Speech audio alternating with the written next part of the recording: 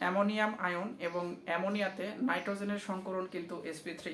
কিন্তু যদি তোমরা দুইটা যৌগের জিওমেট্রি এবং শেপ নিয়ে আলোচনা করো, দেখবা যে অ্যামোনিয়াম আয়ন এবং অ্যামোনিয়াতে জিওমেট্রির কোনো চেঞ্জ নাই। অ্যামোনিয়াম আয়ন এবং অ্যামোনিয়াতে দুইটাতেই আমরা দেখব যে sp3 হাইব্রিডাইজেশন হওয়ার কারণে এদের জিওমেট্রি হয়েছে হচ্ছে টেট্রাহেড্রাল। কিন্তু যদি দুইটার শেপ নিয়ে তোমরা আলোচনা করো বা দেখো, দেখবা যে অ্যামোনিয়াম আয়নের শেপ হচ্ছে চতুস্থলকীয় বা এটা অনেকটা বিকৃত চতুস্থলকীয় শেপ।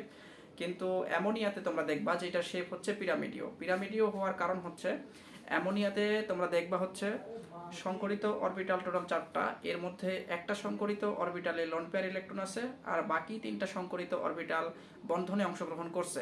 কোনো একটা যৌগের জিওমেট্রি নির্ধারণ করে lone pair electron plus bond pair electron, কিন্তু ওইটার শেপ নির্ধারণ করে হচ্ছে শুধুমাত্র bond pair electron. Lone pair electron কখনোই একটা যৌগের শেপ আইডেন্টিফাই করে না। তো অ্যামোনিয়াতে তোমরা দেখবা যে বন্ড পেয়ার ইলেকট্রন 3 জোড়া থাকার কারণে সেখানে যৌগের শেপ হয়ে গেছে হচ্ছে পিরামিডীয়। ওইখানে যে মুক্ত জোটটা ছিল সেই মুক্ত জোটটা কিন্তু শেপ নির্ধারণে অংশগ্রহণ করে নাই। আবার অ্যামোনিয়াম আয়নে তোমরা দেখবা যে সংকরিত অরবিটাল 4টা, এই 4টা সংকরিত অরবিটালের মধ্যে একটা সংকরিত অরবিটালে কিন্তু লোন পেয়ার ছিল।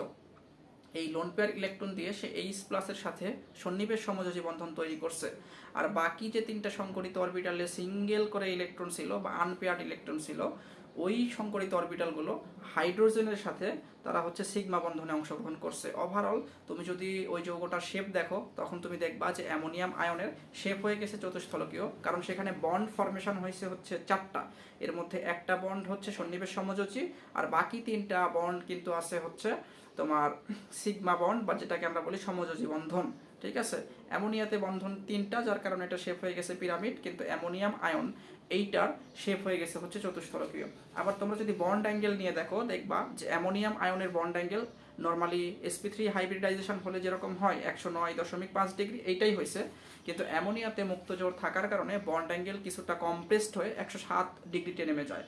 এটা মনে রাখিও তোমরা একটা কথা, যে যখন কোনো একটা কম্পাউন্ডে মুক্তজোড় থাকে তখন ডেফিনেটলি তার বন্ড অ্যাঙ্গেল কমে যাবে।